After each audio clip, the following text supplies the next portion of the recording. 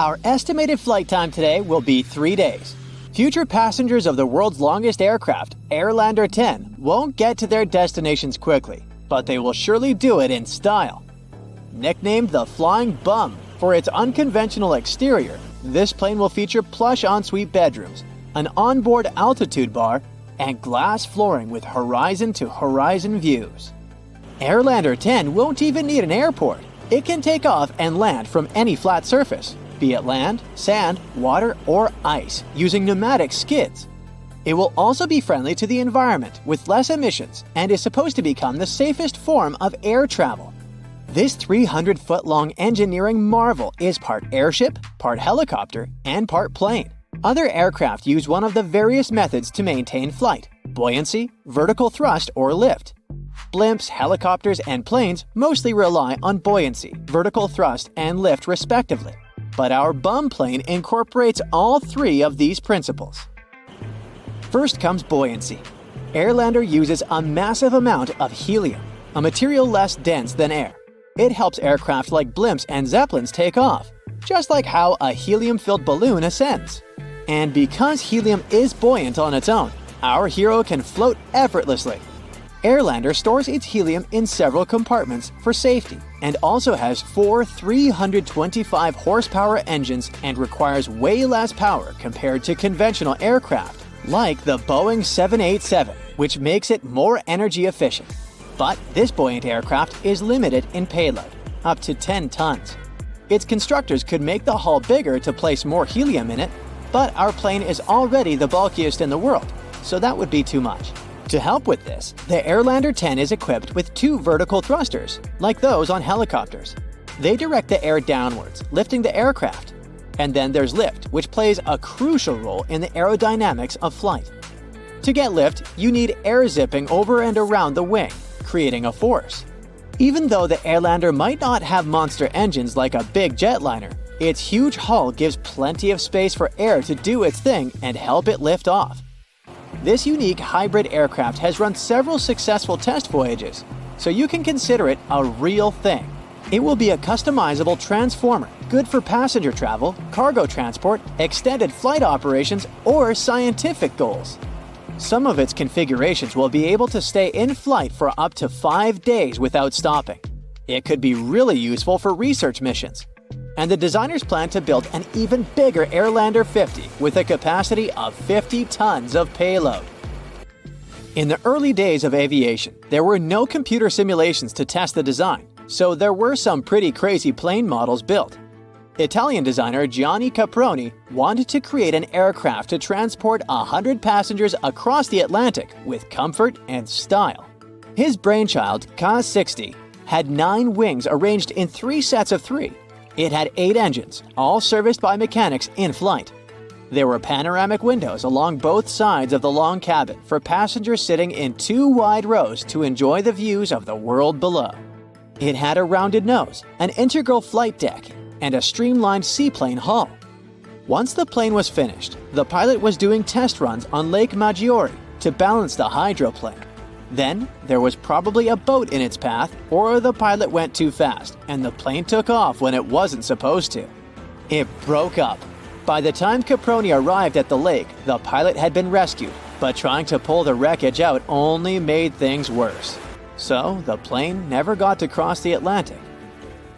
The French engineers went even further and designed a plane with a body modeled after birds and named it Duck. It was supposed to have a steam engine to power a single tractor propeller to the front of its rotund body. The pilot and landing gear were supposed to be attached by cables and frame underneath the body.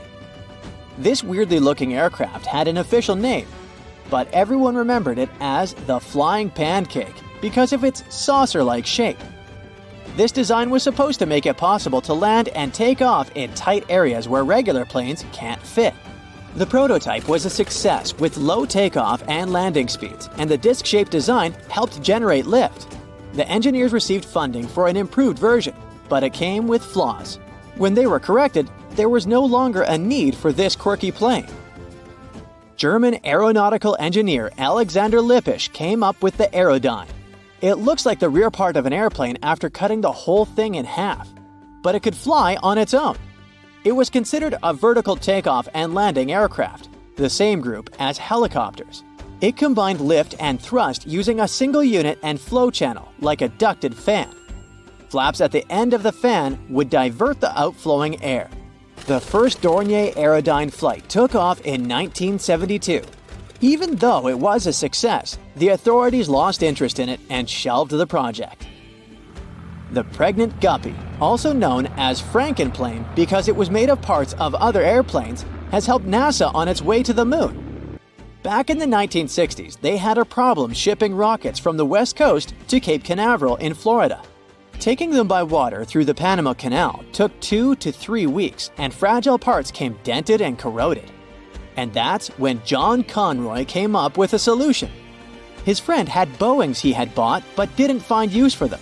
Conroy decided to modify the planes by adding a larger cargo bay on top of the fuselage. He didn't receive funding from NASA for his idea, but he never gave up and mortgaged his own house, sold his car, and invested all his savings into his project to prove it would work out.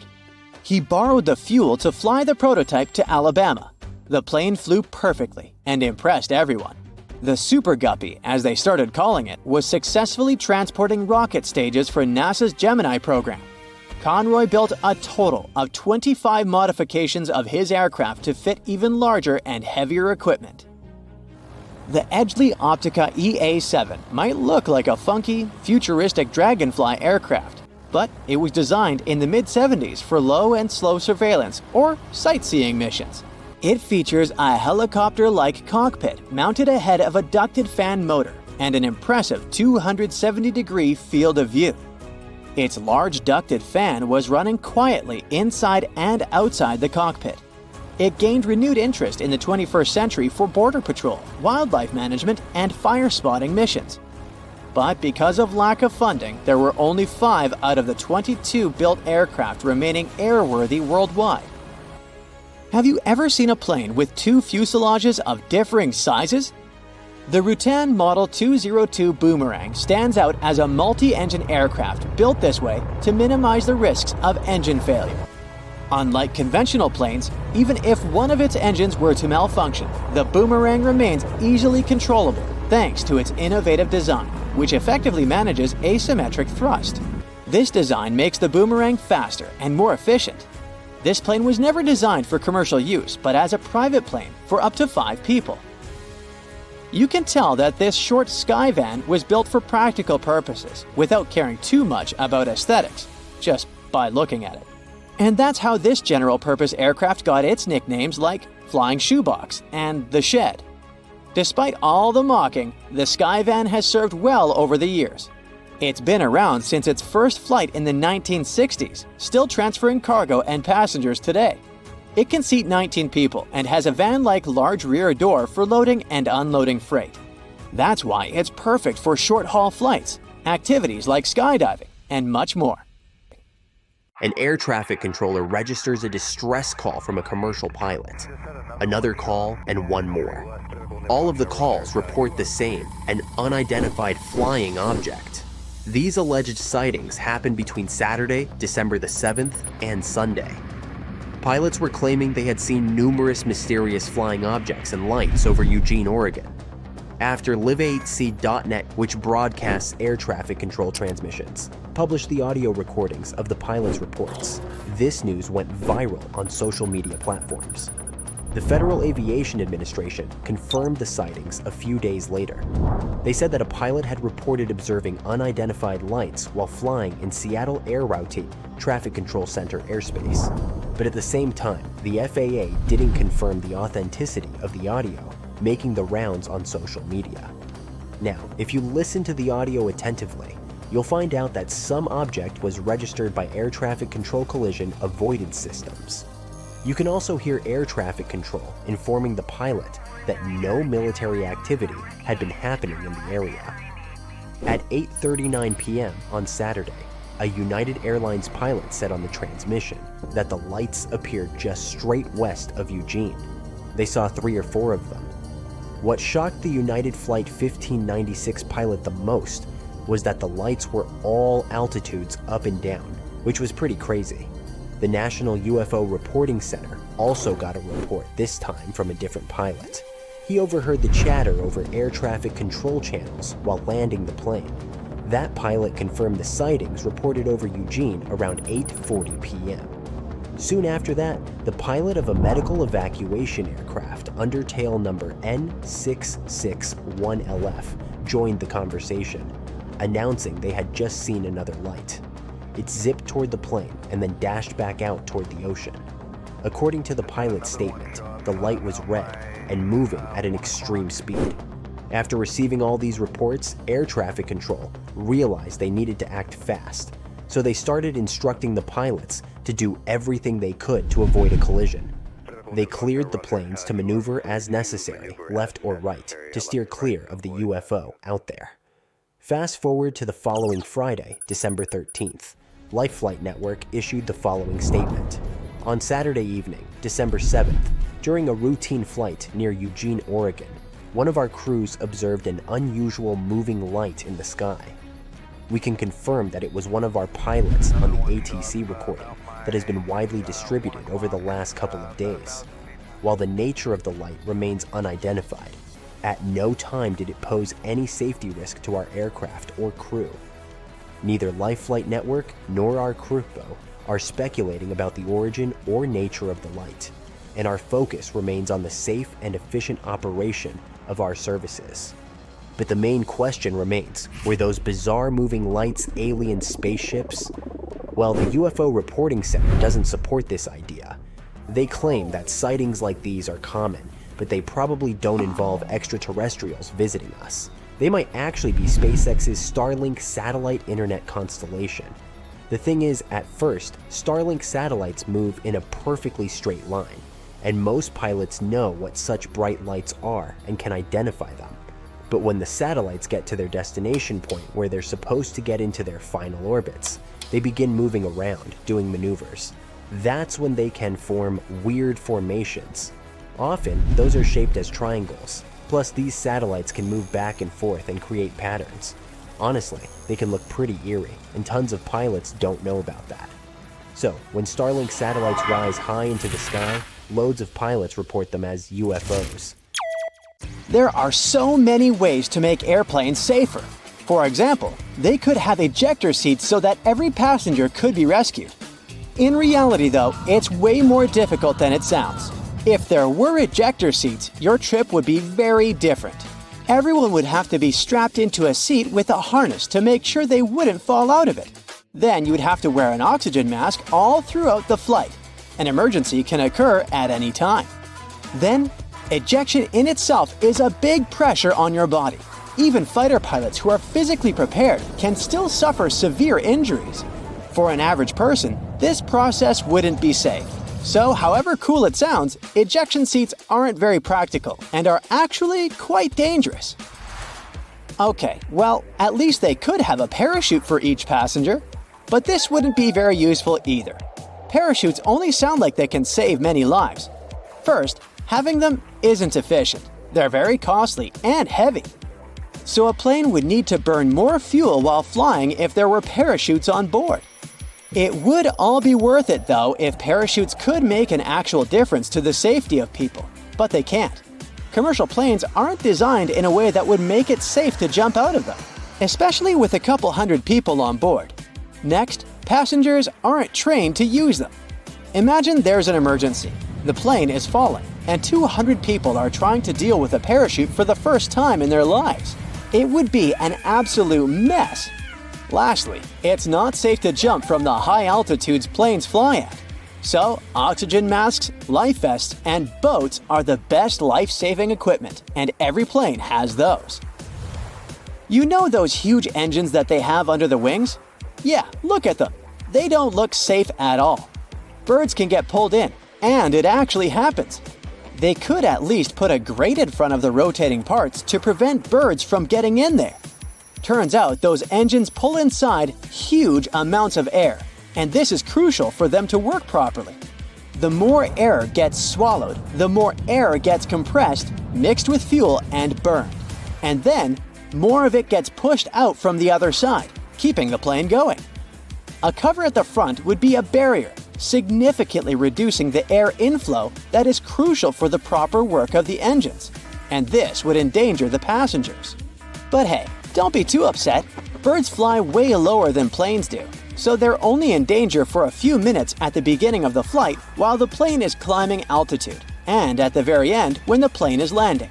So very few of them ever get pulled in, and if they do, it's never a threat to the engines or passenger safety.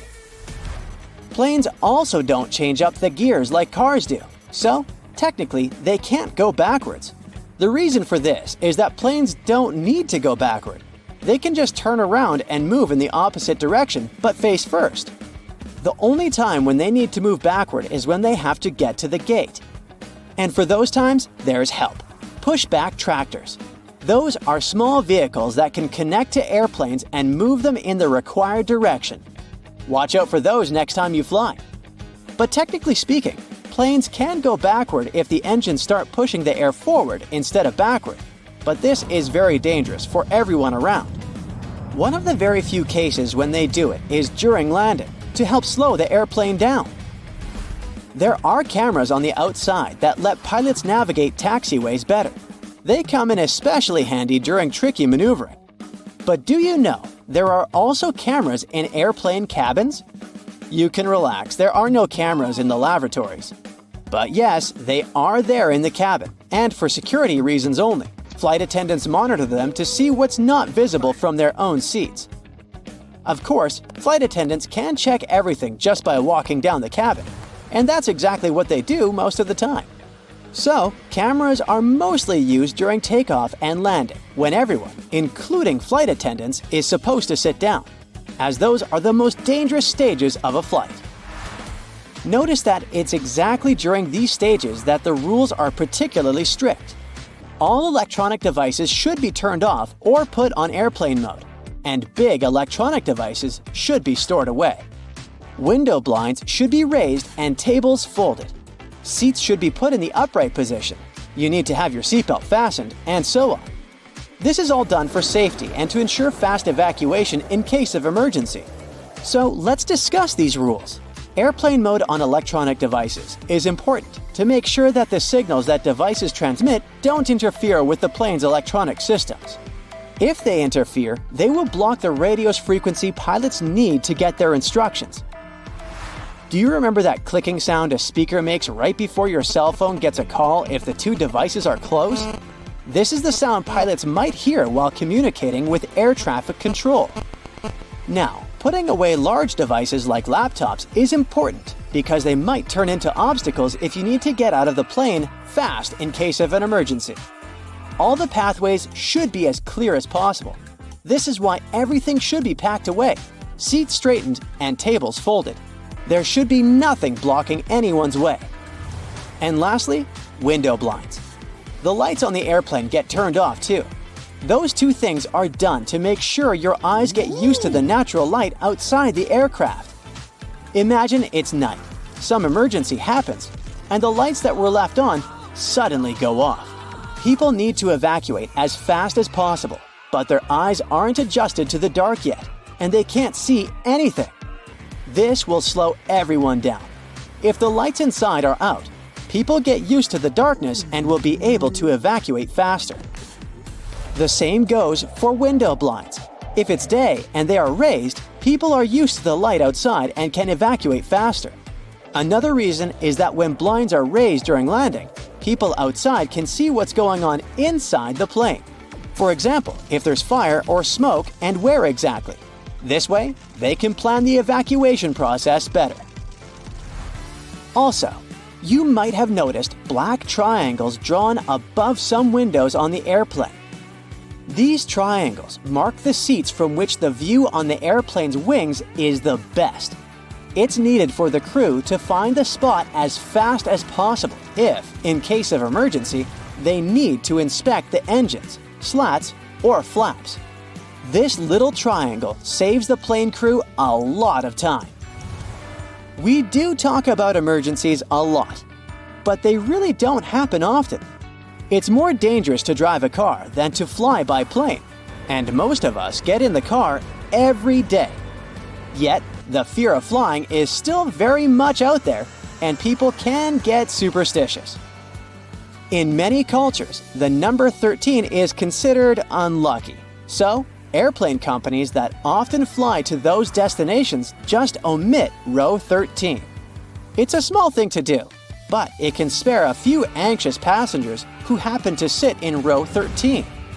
In other cultures, like in Italy and Brazil, 17 is the unlucky number, and some aircraft have both rows 13 and 17 missing.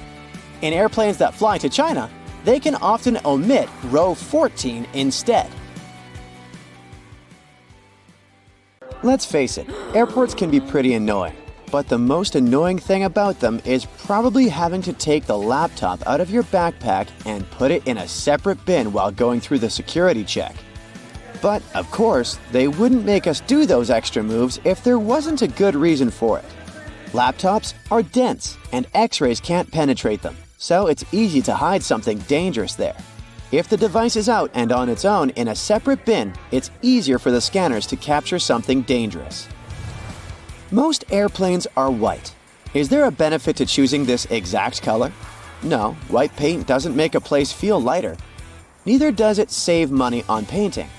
Here are the actual reasons for the choice: safety, efficiency, and comfort. The first airplanes had a metallic color, but the problem with metal is that it's prone to corrosion, so painting it is a great way to protect an airplane from corrosion. White is favored for several reasons. First, planes fly high above the clouds and are exposed to sunlight a lot. White is the color that absorbs the least heat, and white planes get heated less. Also, sunlight makes the paint fade away. A colorful airplane will have its paint fade very fast and will require repainting. And repainting is costly, so painting aircraft white is a more lasting choice. Also, any damage is more easily noticed on a white surface. So that's one more point for the white color. We always board from the left side of the plane, every single time, no exceptions. For some reason, the right side just doesn't seem to be an option. Yes, that's done on purpose. First, the captain usually sits on the left. This way, it's easier for the pilot to align the plane with the terminal jet bridge. Also, aircraft are fueled and loaded with baggage on the right side. Since people board the plane from the left, the crew can do their job undisturbed, and there's no danger to passengers. Consistency with the choice of a side helps to make everything work more effectively. Since everyone always enters from the left, all jet bridges are designed to get attached to the left side of the airplane. If every airplane had the freedom to choose the side, it would create an additional mess for the logistics behind the process. There are more questions popping up, like what does this black triangle drawn above one of the windows mean? Apparently, it marks the seat from which the view of the airplane's wing is the best. It's needed for the crew to find the spot as fast as possible if, in case of an emergency, they need to inspect the engines, slats, or flaps. This mark saves a lot of time. Next, the rows aren't well aligned with the windows. This is business. Originally, all planes are designed with rows and windows lining up perfectly. But when an airline buys a jet, they add some additional seats, squeezing them closer together. This way, they have more seats, which means more passengers, so they can sell more tickets. But you get less space for your legs and might miss out on a window. Also, all windows have rounded corners, and this is done for safety reasons.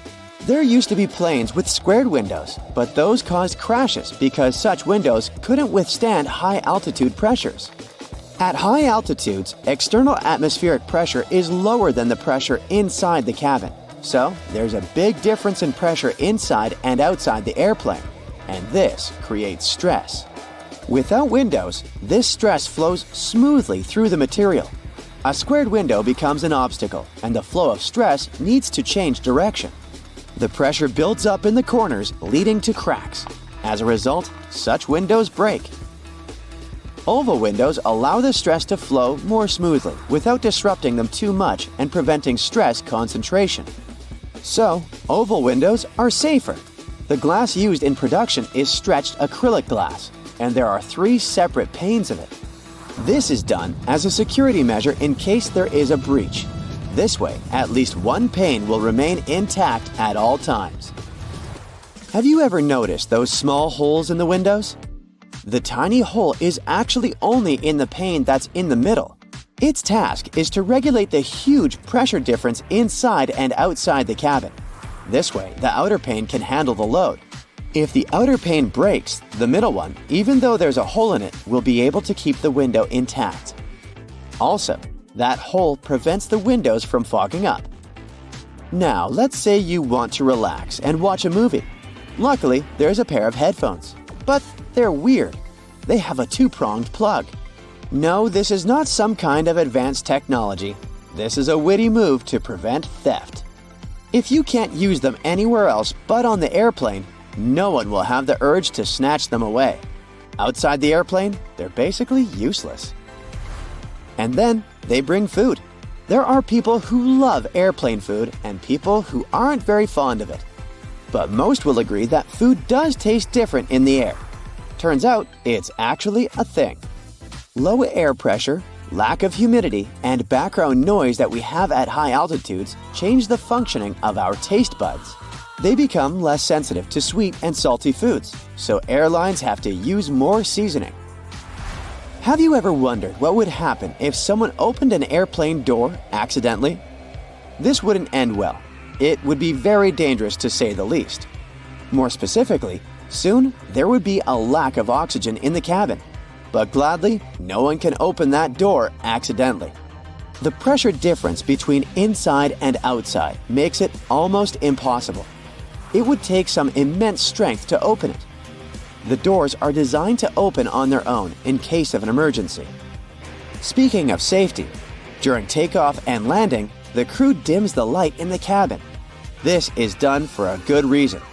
This way, in case of emergency, you will see everything more clearly. Your eyes will get used to the darkness, and you'll have an easier time evacuating.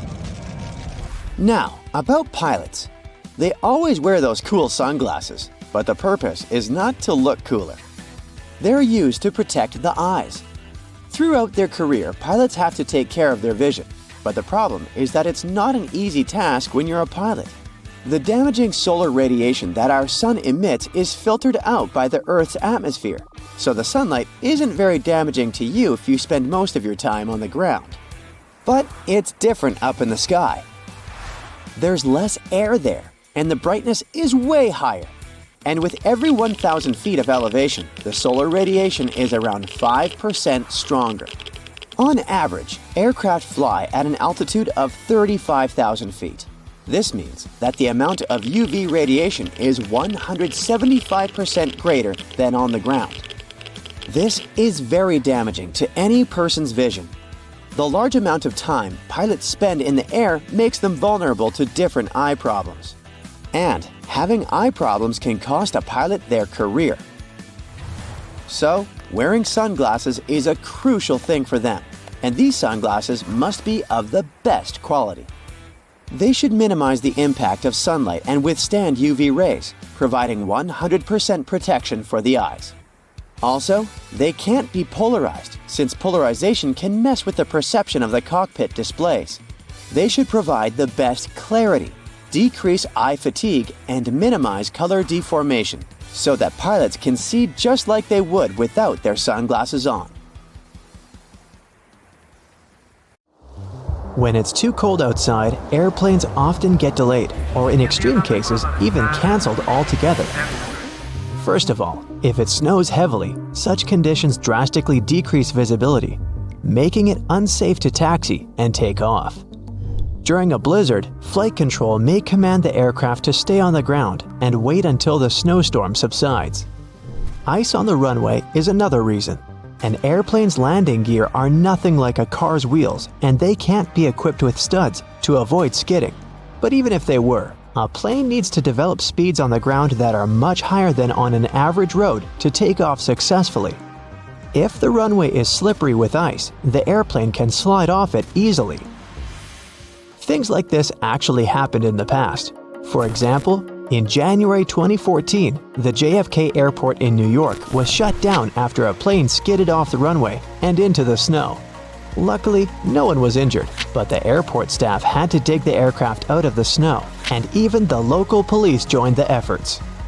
Same story with landing, which is even trickier in freezing conditions because a plane is in much less of a controlled environment and traveling at even greater speeds. What's more, while an airplane that's about to take off and skidding will probably get into an open area and stop there, one that's about to land could end up crashing into the airport's infrastructure. Needless to say, that's way more dangerous for everyone. Freezing weather conditions can also cause frost and ice sheets to build up on the plane itself. Airplanes are carefully engineered, and any tampering with their structure may cause huge trouble. As experienced pilots say, even a thin crust of ice over the wings of a plane can mess with their delicate design and destroy lift.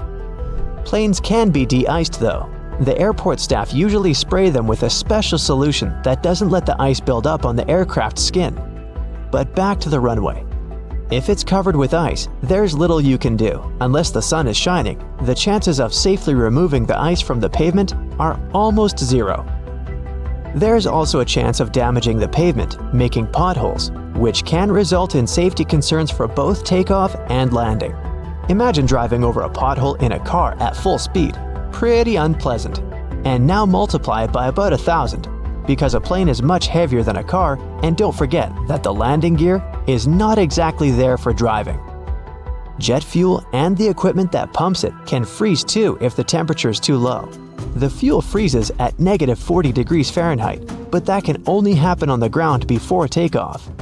At a cruising altitude, temperatures may drop as low as -70 degrees Fahrenheit, but since the liquid is inside the plane and burning down steadily, it's much warmer there. On the ground though, nothing stops the fuel from turning into ice. If that happens, no flights are available, obviously. Same goes for the pumping equipment. Even if the fuel is still liquid, the pump may cover with ice and just stop delivering the fuel into the plane's tanks.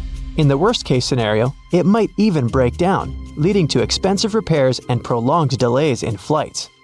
Finally, ground crews have to do a lot of work before takeoff or landing, and they're all human after all, so they can't bear the freezing cold for too long.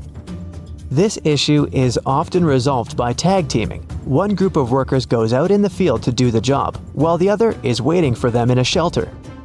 After 20 minutes or so, the first group returns to warm up, and the second one takes up the job where the first one left it. Although it's efficient, it still slows down the operations a lot, so that might also cause delays. But despite all the trouble freezing weather can cause, it's actually more beneficial for a plane than extreme heat. Cold air is denser than hot, so planes gain more lift and stay truer while in the air. They're more easily controlled in flight too. Air molecules are slower and closer together, creating a steady flow of air around the wings and cockpit. At high altitudes, the air naturally becomes thinner as the air molecules spread out and become more scarce. That's exactly why planes can't get to the upper layers of the atmosphere. There's just not enough air there to create sufficient lift. The same happens when it's too hot down on the ground though. Air molecules get faster and spread out, meaning the plane's wings don't have as much air to push off and get into the flight mode. To take off in extreme heat, a plane has to move much faster to generate enough air resistance and lift. But to move faster, the plane needs its engines to work better, and that's also impossible when it's too hot. As the air gets thinner, the amount of oxygen decreases too. And jet engines use oxygen in the atmosphere for combustion. When they lack this crucial element, they can't convert enough energy into thrust, meaning slower acceleration and worse energy output overall. So the problem is that the plane has to have a longer runway distance to build up enough speed and lift to take off, but it can't because its engines are not working to the best of their ability. This usually doesn't cause trouble, but only up to a point.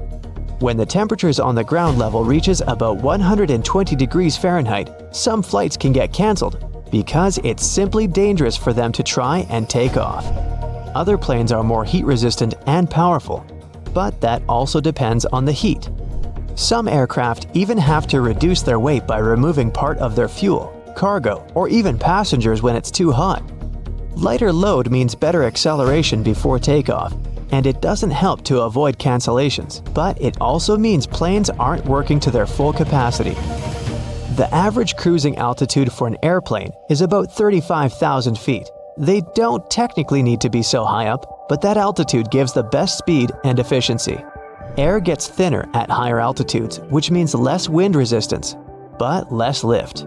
For most commercial aircraft, the area between 30,000 and 40,000 feet is the sweet spot where the two factors balance out. You probably still aren't using a laptop from 1999, and your computer isn't flying at close to the speed of sound. Fortunately, planes have a much longer lifespan than computers. There are airliners from the early 1970s that are still just fine. They might not be able to keep up in terms of speed and fuel efficiency, but older planes are no less safe than their modern counterparts. Contrails, those white trails airplanes leave behind them at high altitudes, are easily mistaken for engine exhaust, but most are nothing more than water vapor. During a flight, moisture in the air collects in the engines before being vented with the exhaust. The hot, wet air leaving the engines mixes with the cool, dry air found at high altitudes, resulting in long, thin lines of vapor. Humidity determines when contrails form and how long they remain visible. Ever notice the numbers on the end of a runway? They're actually used to show the pilot which direction the plane is facing. For example, the number 36 is short for a heading of 360 degrees or due north. Along with numbers, the letters R and L indicate if the nearest runway is to the right or left. The lights on the tips of a plane's wings are called position lights or navigation lights, and they're used during times of reduced visibility. They help planes to see each other in the dark and can also tell pilots what direction an aircraft is traveling. The red light marks the tip of the left wing, while the green light is on the right. The third light is white and found on or near the tail. It might seem odd that the flight crew cares whether your window shades are up or down. The main reason is so that the passenger's eyes can adjust to the outside light. Mostly, it's just a matter of getting people on and off quickly. But in an emergency, the last thing they want is people stopping to blink before they evacuate the plane. Oh boy, you take your seat on the plane and look around. It's a large aircraft, spacious and new. You look up. Something draws your attention to that small compartment above your seat that contains your oxygen mask. Come to think of it, you've only ever seen it during the in-flight safety demonstrations. Maybe it's for the better, you think, and relax into your seat. Screaming and powerful jerks are what wake you up. One of the flight attendants is saying something in an urgent voice, but still disoriented after your nap, you can't catch the meaning of the announcement. And then, right in front of your face, you see an oxygen mask. Uh-oh. You place the mask over your face. You did pay attention to the safety demonstration, Then you grip the armrest and close your eyes, trying to calm down, however impossible it sounds. But do you know what's going on inside your oxygen mask? Well, let's talk about it. An oxygen mask deploys automatically in case of loss of cabin pressure. It might happen for several reasons. For example, some problems with the fuselage or malfunctioning of the valves pumping air into the plane. But most of these incidents aren't life-threatening if the masks deploy as they're supposed to. The problem with the air above 10,000 feet is that it contains too little oxygen for people to breathe. That's why, once a plane rises higher than that altitude, the pressurization system springs into action. Its main task is to create the same breathable conditions as at the height of 5,000 to 8,000 feet. Now, if, for some reason, this system fails, oxygen masks drop. If this happens, it's crucial to put your mask on within the first 18 seconds after it deploys. If you procrastinate, you'll feel the effects of hypoxia, low oxygen levels in your blood, very fast. You'll become drowsy, and if you keep ignoring your oxygen mask, you're likely to pass out. Anyway, you acted fast and can now breathe freely. But for how long? And is it really oxygen that you inhale? Well, first of all, you notice with horror that your mask doesn't inflate. No worries, it shouldn't. It's supposed to rise and fall along with your breathing. So everything functions perfectly fine, even if it might seem it's not working. Now, hold on to your hats, here's shocking news. There isn't actually any oxygen in the mask. Instead of the gas, there are several chemicals. When they combine, they mimic good old breathable oxygen. The main reason for using the chemicals is safety issues. This mixture is way less combustible than oxygen tanks. Anyway, the chemical reaction that is happening in a deployed oxygen mask is the reason why you might smell something burning when putting it on. That's the chemicals mixing and forming the new substance. In case of a real fire, your mask simply won't drop. The chemicals inside can, unfortunately, fuel the flames. Oh, and don't forget that in your mask, there's only enough oxygen for 20 minutes at the most. This time is usually enough for the plane to get down to the necessary altitude. When the chemicals in the mask are all used up, the mask stops the flow of air. But by that time, you're already at an altitude where you can breathe without additional help. By the way, oxygen masks are not used too often.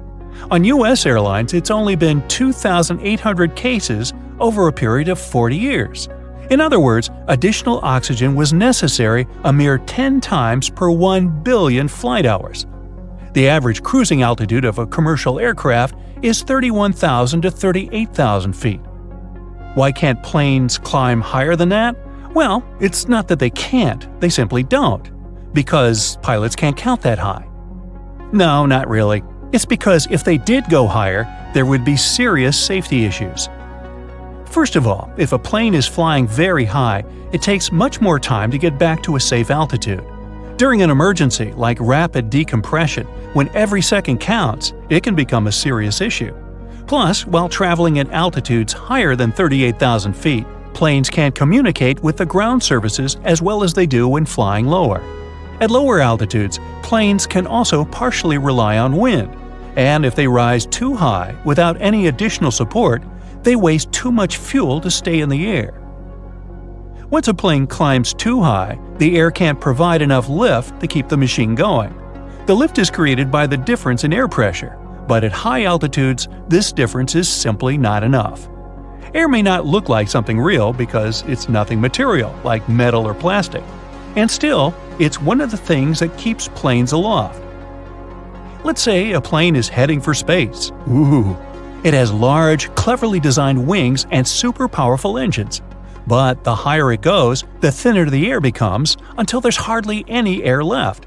And then nothing can support the plane and help it go further if there is a near vacuum around. That's why we still need rockets to get to space. But back to your flight. The plane is now at a safe altitude and you don't need your oxygen mask anymore. But one interesting detail gets you thinking. Throughout the entire ordeal, you didn't hear the pilots mention the details of the emergency even once. Well, that's because pilots are always very careful with what and how they say. They'll never announce anything dramatic like fail or malfunction. They downplay any existing problem by replacing zero visibility with some fog. Something is broken with some technical problems, and so on. It's called positive scripting. Hey, looks like we've just jettisoned both our wings. Well, that should help us save on weight.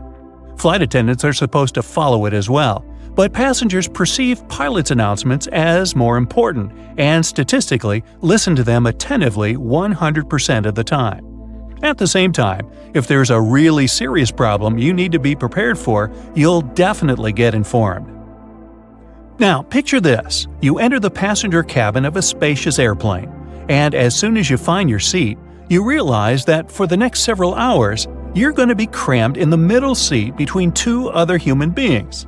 But oh, look! There is a perfectly empty row of seats at the end of the plane. Time to switch places.